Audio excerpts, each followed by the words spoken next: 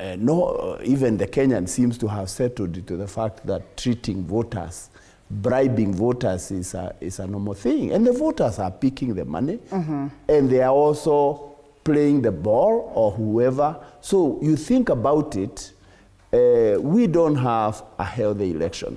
The only way people would congratulate the winner is when you have a fair play. Right. I was a lawn tennis player, a good one for that matter. One of the things you do in lawn tennis, after a good game, after a game, you go to the net, you greet your opponent, and you walk out.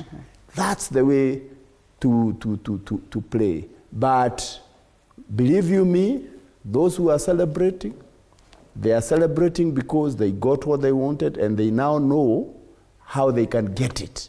And it makes many of us who are on the side of good governance, the side of getting our country moving forward, the side of having leaders and managers of our nation who can manage our nation progressively, it makes us shiver as to what awaits. And those ones, one would say, are the majority, Daktari.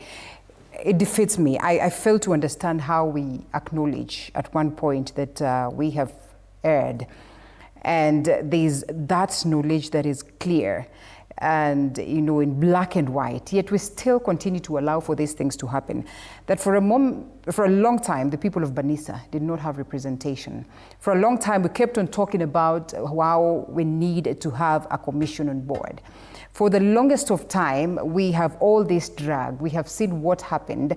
We still feel like maybe, or many would feel like the IEBC is not well placed to handle the 2027 general election. Yet, many will comfortably go ahead and do that.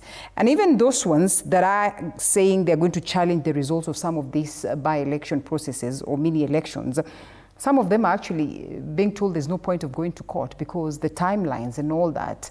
I mean, what exactly needs to be done so that we have a proper shift and proper understanding of the things that need to be done right and proceed to make sure that those ones are done right? Thank you. IBC clearly failed us in many ways, and I'm going to elaborate. But we don't go to court necessarily so that the outcome that was declared can be overturned. Okay. Sometimes we go to court purely for purposes of bringing out the evidence, bringing out the facts, and having them documented for future generations. A lot of things that we do today, we don't do them for the current generations, including the writing that I do that you spoke of earlier on. Right. I doubt very much that I'm writing for the current political generations. I'm writing for future generations when they want to document what happened in historical narratives. They'll come back to these moments and they will find out what the truth was, as was rendered by those who from the beginning were eyewitnesses of these happenings. IEBC failed us. An individual who is before the Ethics and Anti-Corruption Commission for very grievous suspected economic crimes goes out to change his name. And ESCC informs IEBC. IEBC turns a blind eye. It does not seem to matter. Political rallies are being disrupted, people are being beaten up.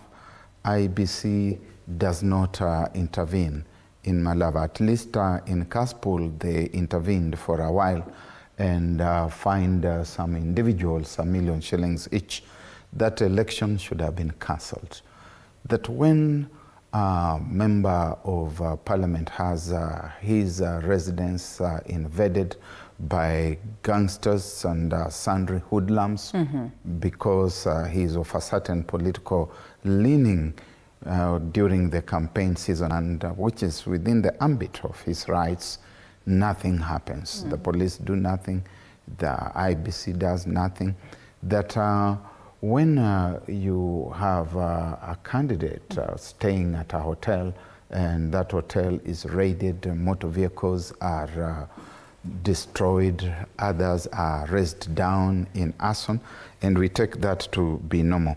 Yeah. I have heard His Excellency the President William Ruto bragging, and it's within his rights to brag about the outcome and telling Kenyans that this election was a dress rehearsal for 2027. And I think that in very many ways, he is right, that it's a dress rehearsal for 2027. But I do not know whether he appreciates the full magnitude of what he's saying, because I hear this political environment to be echoing with the sounds of what I heard in the year 2007. Mm-hmm. I have heard the self-same Madoadoa narratives. I have heard people saying that God, in his wide-ranging wisdom, created human beings and gave them tongues in their mouths to speak different languages and placed them in different spaces. That is the self-same language that I had 18 years ago. 20 years in 2027, we are going to be in the same spot where we found ourselves in 2007. And we must be courageous enough to say that some of the actors whom we are seeing today are the self-same actors that we saw 18 years ago in 2007. And they are saying exactly the same things that they said, the things that took this country to the ICC.